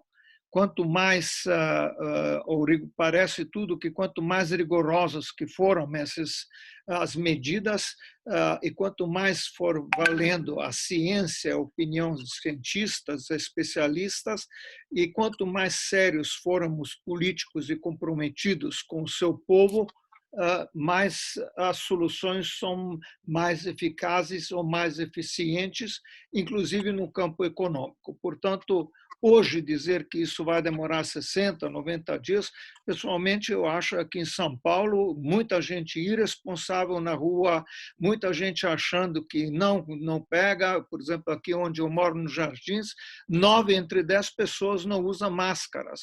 Você entra numa farmácia, não é obrigado a usar máscara, é um estabelecimento de saúde. A outra questão nisso é também que a gente tem que ter um pouco de orgulho do que já foi feito no Brasil. Nós tivemos no início do século passado doença de Chagas, né, que foi erradicada. Tivemos várias outras doenças que foram, por exemplo, como pólio, também tuberculose, que diminuiu, que alguns podem lembrar, e vai mais o Zika, a dengue, etc. O fato é que essa crise, todas as mazelas, como foi dito com muita propriedade por meus colegas, todas as mazelas sociais estão mais visíveis. E esse é um dos problemas que nós vamos ter que enfrentar, né? Como não dá para a gente não ver o que está acontecendo com a maior parte de população e como que essa maior parte de população vivia abaixo de tapete de certa maneira e de repente apareceu com essa doença. O terceiro assunto é o problema de cooperação e solidariedade. Acho que esse momento vai nos deixar, tem que nos deixar mais solidários. Em termos de cooperação, principalmente cooperação científica, cooperação de pesquisa ao nível internacional tem que ser muito intensificada. Há uma ilusão quanto à questão de vacina.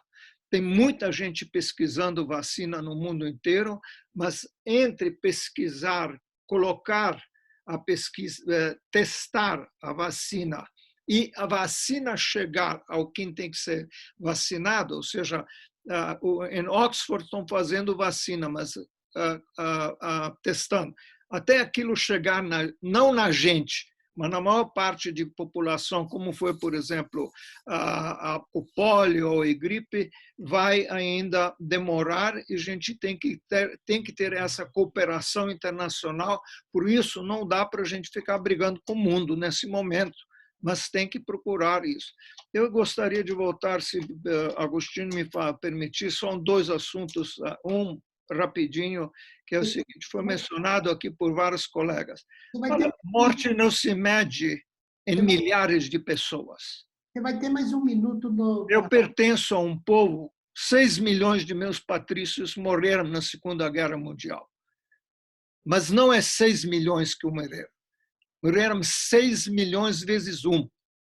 Então, morte não se mede em milhares de pessoas, nem se despreza. Nós todos temos obrigação de lutar para cada brasileiro para que ele não morra. Não é por 5 mil, não por 10 mil, não por 50 mil. Cada um. Eu acho que essa consciência eu não sinto que existe em certos círculos dirigentes do país e que eles têm demonstrado isso. Acho que isso me preocupa muito, porque isso é, como foi falado por meus colegas, uma questão moral. E a moral ética não se substitui nem com medidas econômicas, nem com medidas outras. Ela existe ou ela não existe na sociedade. Quanto à questão de Embraer, se não me engano, em Boeing. Eu tenho pesquisado esse assunto há muitos anos. Eu posso só dizer ao Dr. Calandra o seguinte: graças a Deus que Embraer se livrou de um sócio como Boeing. Acho que a Embraer sozinha tem muito mais futuro e, como várias empresas brasileiras, tem a capacidade de demonstrar para levar isso adiante. Vamos lá, no próximo minuto que você volta, pode finalizar com esse tema se você achar que deve. Temos mais 2 para finalizar essa fase aqui, peço que respeitem os 2 minutinhos. Francisco Soelt, por favor. Francisco, 2 minutinhos. Ok. Bom, eu gostaria aqui de compartilhar com vocês uma informação que nós temos hoje uma grande oportunidade em nosso país para virar a mesa. Essa é a verdade. É sair dessa pandemia no mesmo nível em que a gente tem hoje alguns dos players internacionais.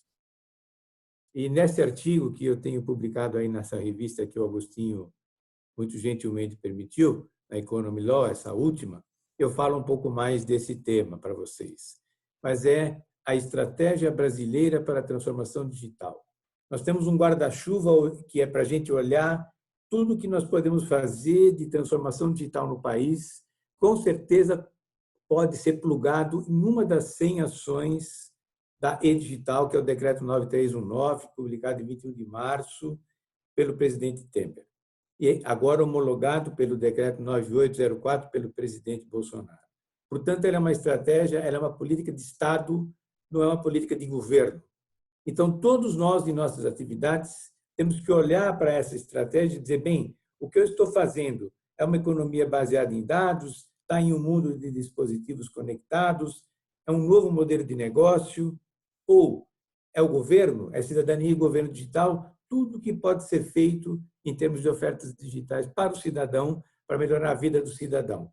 E para a economia, isso vai gerar 115 bilhões de dólares adicionais até 2023. Nós temos que olhar como chegar lá e como é que nós podemos, com as nossas empresas, contribuir, cada um com o seu pedacinho, para esse número.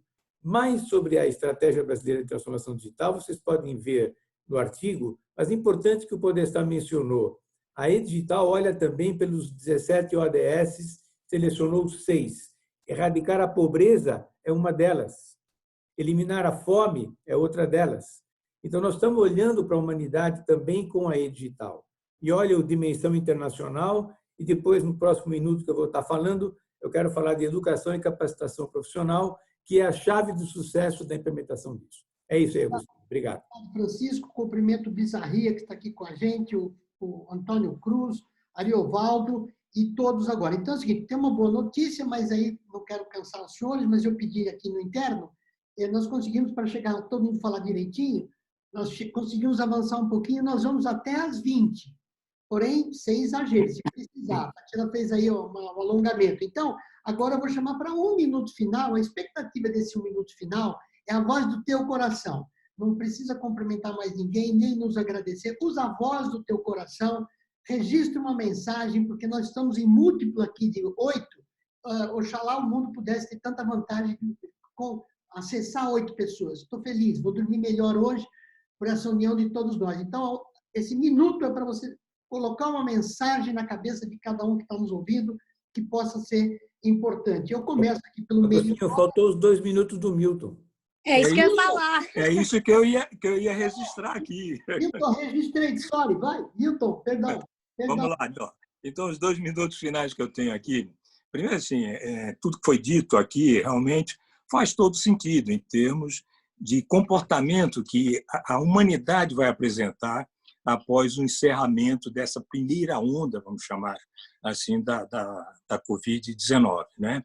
Cada um ao seu estilo, cada um à sua maneira, de acordo com o seu ritmo, mas o fato é que nós vamos nos adaptar ao novo normal, como isso aconteceu durante a Segunda Guerra Mundial, durante a crise de 1929 e assim por diante.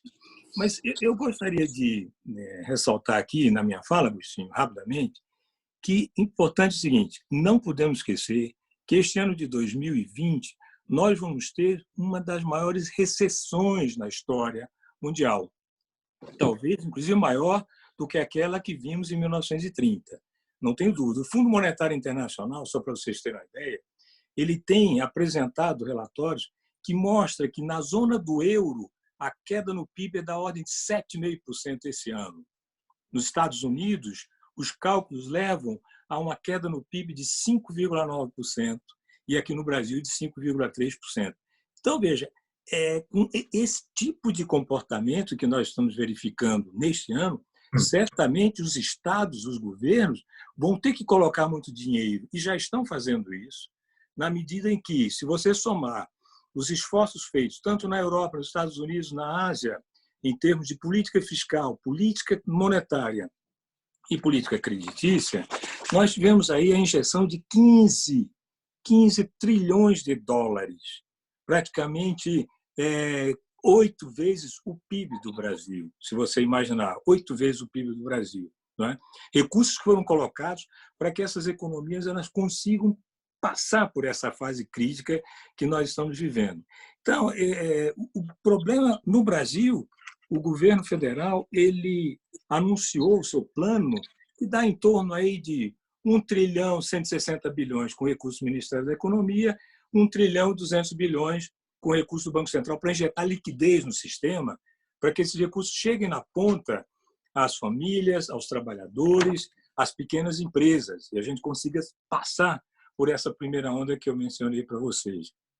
Como resumo, eu não poderia, portanto, deixar de citar, é que todos os países, todos, vão sair com um alto nível de endividamento por conta dessa expansão monetária gigantesca para superar essa fase crítica provocada pela paralisação das atividades econômicas em função do distanciamento social. Isso é importante nós termos em mente, porque cada um vai se adaptar da sua maneira, mas vamos viver, sim, ainda um ano difícil em 2020 e 2021, com certeza, também será um ano bastante complexo. Eu acho que esse era o ponto que eu queria deixar com vocês aqui nesses meus breves 2 minutos. Obrigado, Milton. Então, voltando, nós vamos agora dar uma repassada. Deixa essa mensagem, eu não vou tomar tempo mais nenhum. Já faço agradecimento a todos, porque às 20 horas encerramos, para que a gente possa assistir o Jornal Nacional e jantar em casa direitinho. Começo com José de Podestá, seu minuto, Podestá. Eu queria deixar uma mensagem, é o seguinte, completando o que eu tinha comentado, acho que nós temos que sair dessa Covid com uma visão humana diferente daquela que nós temos olhado. O Salete falou agora de cada morte ser importante. Sem dúvida, cada morte é importante. E a gente tem que olhar isso como a gente pode, cada um de nós, cooperar para que possa minimizar o sofrimento das pessoas que morrem por causas que poderiam ser evitadas pela sociedade que nós temos hoje, muitas vezes olhando para o próprio umbigo e pouco solidária. Acho que a lição que tem dessa Covid é solidariedade, como ajudar o próximo a que ele possa se evitar, considerando que a gente tem que aceitar que o mundo normalmente vai ter as pessoas que morrem e nascem para que a humanidade prossiga. Mas morrer de fome, para mim, é uma coisa muito grave e essa recessão vai fazer ainda gerar mais gente morrendo de fome. Obrigado, Podestá. Marcelo Ramos, seu minuto, Marcelo. Obrigado, Agostinho. Eu queria aproveitar, já indo para o encerramento, para agradecer a riqueza desse debate, a riqueza das colocações, das reflexões humanas e filosóficas, mas também as visões econômicas e empresariais. E aí, nesse ponto, eu queria reforçar. As empresas realmente acelerem seus projetos de modernização digital, acelerem o pensar diferente e sempre com foco na experiência do cliente. Não podemos esquecer, né? Lá na ponta tem um cliente que está consumindo o seu produto. A vida segue, pessoal. E a vida empresarial também segue, né? Vai prevalecer a transformação, muito bem colocado pelo amigo doutor, né? Que vai sair também vencedor aquele que ousar, aquele que sair na frente, pensar diferente. A competitividade vem forte, o pós-normal vai ser competitivo. E aí, como mensagem final, a humanidade vem evoluindo ao longo de milhares de anos, né? Aperfeiçoar ainda vai ser o foco. E sempre será esse foco. A tecnologia, essa transformação digital e esse aperfeiçoamento. Não tenha medo de ousar, mas tenha medo de não fazer. Esse é o medo que a gente deve ter, de não fazer e não ousar. Obrigado, Agostinho. Obrigado, Marcelão. Clarê, seu 1 minuto de considerações finais. Clarê. O senhor Clarê caiu, me mandou uma mensagem que caiu e estava tentando entrar. Se ele não conseguisse, ele deixa um abraço para todos. Tony Santos entrando no ar. Tony, sua mensagem final, 1 minuto. A minha mensagem final é a gente nunca esquecer da equipe que a gente compôs durante todo esse período. Para as empresas sobreviverem, às vezes é mais fácil mandar embora para depois retomar. Outras empresas diminuem a carga horária, mas mantêm o seu corpo de inteligência para poder manter a empresa e, na sequência, restaurá-la. Eu tenho feito reuniões semanais com toda a minha equipe, não só aqui de São Paulo, quanto dos convênios no Brasil todo e na América Latina, porque a única forma de a gente se fortalecer é trocando informações, trocando ideia, e tem muita gente quieta no seu cantinho que não consegue utilizar do ócio criativo para evoluir, precisa de ajuda. Então, é muito importante que aqui nesse grupo de gestores e de líderes não deixem a equipe que trabalhou com a gente por tanto tempo muito afastada. Mais do que nunca, a gente precisa dessas pessoas ao nosso lado e repensando o próprio negócio. Nosso exercício hoje é como a gente pode ser melhor na volta dessa pandemia, no nosso negócio, na nossa vida e nos projetos pessoais. Então, a lição vai demorar, provavelmente, vai ser difícil restabelecer, muitas empresas vão ficar pelo caminho, mas as pessoas que construíram o nosso negócio, elas precisam ser reconhecidas e serem mantidas no máximo possível. Obrigado. Silvio Pires de Paula, seu 1 minuto, Silvio, por favor.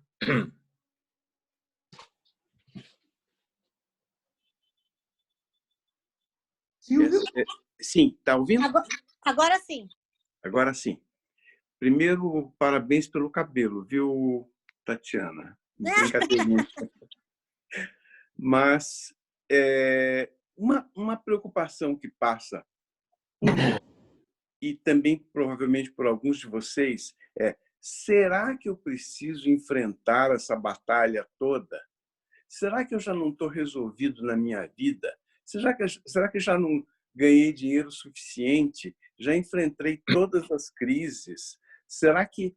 E a pergunta que eu faço, até deixei no artigo que escrevi na revista, é que se você está com saúde, essa conversa é com você. Você tem sim que utilizar a experiência e ir atrás e ajudar a resolver. Bola para frente. Se você não está com saúde, você se sente assim, meio doente, aí o que você vai fazer? Aposentar e deixar que outras pessoas tomem a decisão? Vamos para frente, pessoal. The best is yet to come. Obrigado, Silvio. Dr. Robert Wong, seu minuto final, por favor. Ok. Agradeço a todos, em particular você, Agostinho e Tatiana. Minha mensagem é o seguinte, seu corpo é o que você come, sua mente é o que você pensa, sua alma acredita e sua vida é o que você faz dela. Portanto, faça sua presente vida proveitosa para garantir uma proveitosa vida futura. Muito obrigado, Robert Wong. Francisco Soel, seu minuto, Chico.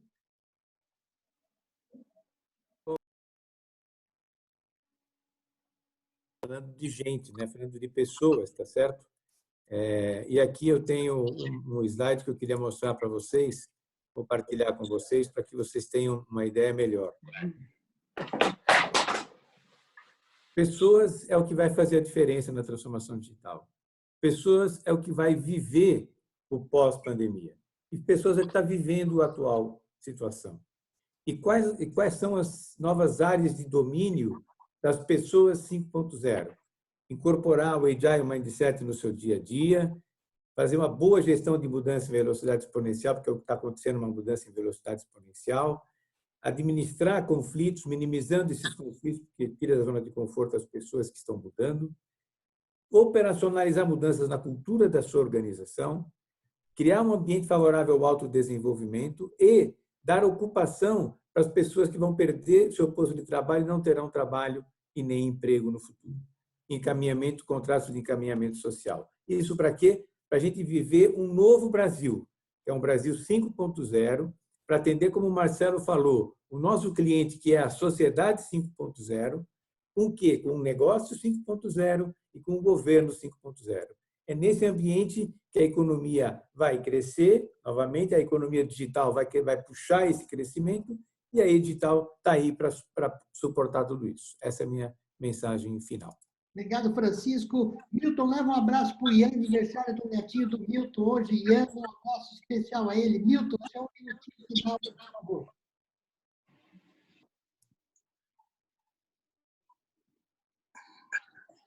Alô? Oi? Opa, tá ouvindo? Sim. Opa, Agostinho, obrigado. Você sempre é muito gentil e Ian te adora, você sabe disso, né? Nós já fizemos aqui uma live com ele para o aniversário, ele vendo os tios, enfim, primos e tudo mais. Então, as minhas palavras são breves aqui. Eu acho que esse vírus ele veio trazer um freio de arrumação para a humanidade. Freio de arrumação onde nós, pelo período que estamos aqui, todos nós confinados, nós tivemos que fazer uma autorreflexão sobre a vida, sobre os valores espirituais, a solidariedade que a gente está vendo no mundo inteiro, as pessoas se autoajudando, porque, no fundo, o que nós temos de mais valor é o espírito e não o material. Então, eu acredito que nós vamos sair muito bem dessa, apesar das dificuldades, e é através justamente de encontros como esse que você realiza junto com a Tatiana e com toda a sua equipe, é que permite com que nós ainda continuemos acreditando numa coisa fundamental, que é no ser humano. Portanto, parabéns, Agostinho, e muito obrigado a todos vocês. Obrigado. Salégio, seu 1 minuto de considerações finais, por favor. Eu não vou fazer o final porque pretendo viver até 120 anos, ou 129, porque está escrito, morreu antes. Portanto, acho o seguinte, primeiro, parabéns, muito obrigado, aprendi muito com meus colegas hoje e me convenci mais uma outra coisa. Nós temos que, nessas horas, estar mais dando importância às soluções que a ciência nos oferece e aqueles que isso não compreendem e que insistem que a ciência não tem, seja em todas as áreas, não só na área médica, não tem o valor para soluções, ajudar para tirar que a ignorância não prevaleça e convencer eles que a ciência que tem que prevalecer.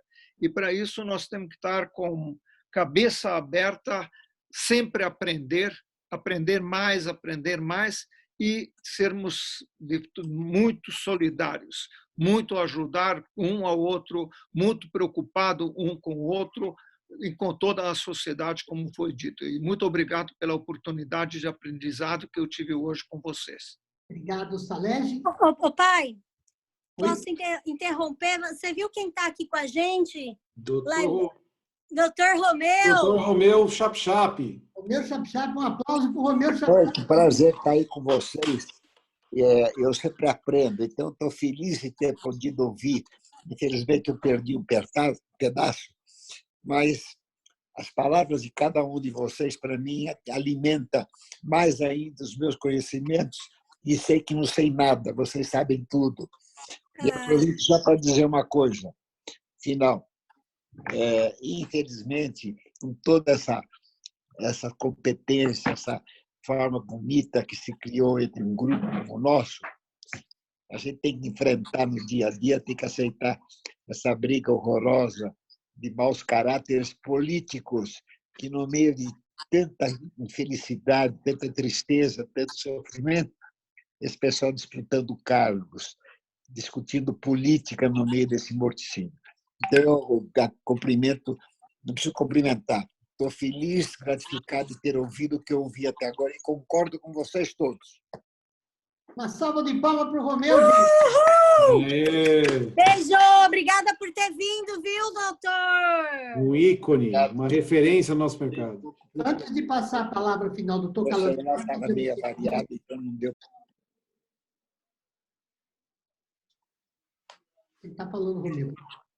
Desses anos, e você nos aproxima, você nos engrandece, você nos deixa feliz.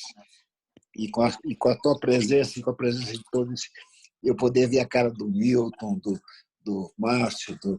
Olha, é uma felicidade. Obrigado. Obrigado, meu querido. Você é o nosso grande líder, você é um orgulho para nós. Antes de passar, então, a palavra para o doutor Calanda fazer o encerramento, eu vou ter que dar um minuto de data vênia aqui para o juiz João Mário. João, fale um minuto, porque ele mexeu com o único juiz presente aqui, e o juiz tem que ter direito à palavra aí. Por favor, você tem um minuto.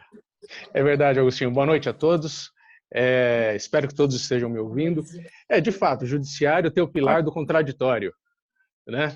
E então, mas o que eu posso dizer é que esse choque de gestão, de aprimoramento que o judiciário tem passado, ele tem trazido para nós excelentes frutos.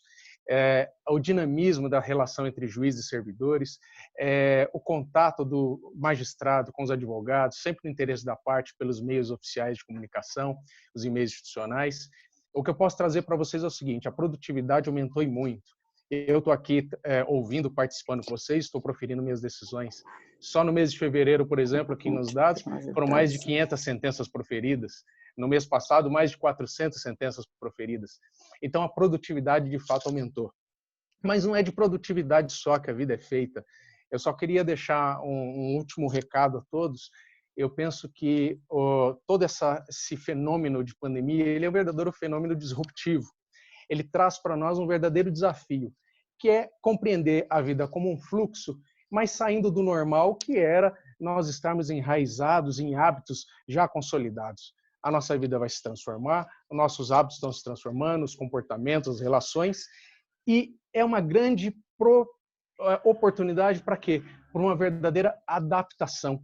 Adaptação para que nós tenhamos condutas melhores, comportamentos, relações, não só jurídicas, mas pessoais, porque vão exigir de nós alguns aspectos, habilidades, competências, hard skills, soft skills, tudo para que nós possamos ter na nossa vida resultados exponenciais de uma melhor qualidade, de uma melhor solidariedade, para que as nossas conexões estejam cada vez mais fundamentadas naquilo que é essencial à nossa vida. Essa era a minha contribuição pequena, mas sobre o nosso normal, que a nossa vida seja um fluxo de novos hábitos virtuosos em prol daquilo que a vida tem a proporcionar de melhor ao lado de pessoas notáveis. Obrigado, João Mário. Doutor Calanda, o senhor tem um minuto, por favor. Eu deixei o senhor para o final, que a sua voz sempre nos vai fazer dormir mais tranquilos. Hoje, a sua palavra de encerramento, por favor, doutor Calanda. Eu queria cumprimentar o meu amigo João Mário, magistrado, e dizer que nós hoje estamos aqui num clube, num halls masculino. Está faltando a Adriana, a Lucy e várias pessoas que sempre estão conosco. Então, a homenagem às nossas mulheres, a homenagem à Tatiana, que está aí nos ajudando no apoio técnico ao nosso evento. A justiça brasileira não pode dar respostas mortas para perguntas vivas. O ministro Moura Ribeiro, quando era desembargador em São Paulo, de forma pioneira, pela primeira vez, ele aplicou princípios de direitos humanos a uma relação contratual.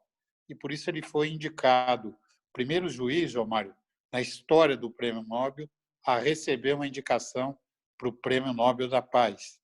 E eu queria dizer que isso mostra um pouco que a justiça brasileira tem procurado não seguir aquela máxima que Paulo Bonfim dizia, que a gente vive numa época em que as máquinas se humanizam e os homens se maquinizam.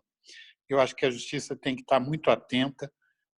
Alguém falou, acho que foi até o Romeu que falou aí, desse sentimento frustrante para nós, do nosso presidente em atrito com ministros. Isso é uma coisa totalmente inconveniente. Eu vi agora 3 ex-presidentes da República ministrando palavras de conciliação. Eu acho que a grande novidade dessa arma mortal chamada Covid-19, que envolveu o mundo em um conflito econômico, social, pessoal e de vida, que está matando os nossos grandes poetas, como era Aldir Blanc, mais novo do que eu, morreu com essa maldita Covid-19, que é fruto de um erro de alguém que deixou escapar um vírus na hora errada, como deixaram escapar também o ebola, que matou milhares de pessoas na África. Nós temos que procurar um mundo melhor, o mundo vai sair dessa crise renovado, mas essa renovação depende de cada um de nós. E a homenagem àquelas que andam com a gente, sempre de braço dado conosco nessas dificuldades, que cumprem esse período de isolamento junto conosco. Eu vi o depoimento de um prefeito de uma cidade na Grande São Paulo, ele foi acometido do coronavírus, ficou internado, a esposa dele também internada, ela morreu, ele não pôde acompanhar o enterro, a cerimônia funeral da sua esposa, que viveu com ele durante décadas. Fica aí o nosso apelo, que nós temos que lutar cada vez mais. A justiça tem que ter portas abertas, João Mário, para dar as respostas certas à população. Nós não podemos permitir que direitos sejam violados. Já há denúncia de superfaturamento em coisas ligadas à saúde. Nossa homenagem à Força Aérea Brasileira.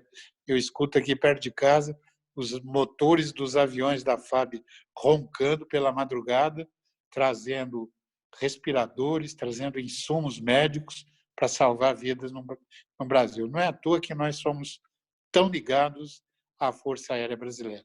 Obrigado, doutor Calandra. Obrigado pela sua mensagem sempre positiva. Pessoal, eu acho que, para encerrar, aí junto com o doutor Calandra, que está aqui nos olhando com o olhinho firme aqui, Romeu, dá um tchau, uma boa noite para todos nós, que vai encerrar. Você tem 1 minuto para dar uma boa noite para nós, Romeu. Está ouvindo? Microfone do Romeu. Tirar ele de mute. Fisicamente, melhor ainda, ou como um encontro como esse. Saudade do Calandra, saudade de encontrar vocês, você não faz ideia. Eu que, de uma certa maneira, fiquei um pouco isolado mais tempo quando eu tive o meu AVC, peguei o primeiro ano do ano passado e agora veio essa pandemia, mas tudo bem. Mas eu sinto saudades e quero estar sempre em contato com vocês dessa forma. E você, Turbian, você não pode parar de trabalhar, hein? Para mim dar a última mensagem. Você precisa continuar fazendo esse trabalho maravilhoso que você iniciou alguns anos atrás. Essa é a mensagem que eu dedico a todos e dizer a todos vocês que eu os amo e gostaria de ter mais contato ainda com vocês, tomando nossas cachaças, ou nossos vinhos, ou simplesmente fumando charuto. Beijão para vocês todos. Obrigado, boa noite a todos. Fiquem com Deus. Voltamos amanhã. Quero contar com o apoio e prestígio de vocês na live com o Henrique Meirelles, às 15 horas, às 19 horas, com a Ivone Zeger. Um abraço, boa noite. Obrigado, filha. Agradecer as presenças, Daniel Camargo, Fernanda Metzler, Antônio Cruz, Michael Kerbert, Maria Tereza Vilela, Virgílio Carvalho, Vivian Silva, Sueli da Rocha, Selma Helena, Silvio Pires de Paula, Lisa Magalhães, Gabriela Amarante, Laura Salles, Michael Alabi, Davi Yu, seu Gilberto Silva, João Mário Estevão, Débora Salege, Rebeca Polito, Marcelo Massini Melo, Marcos Aurélio Oliveira,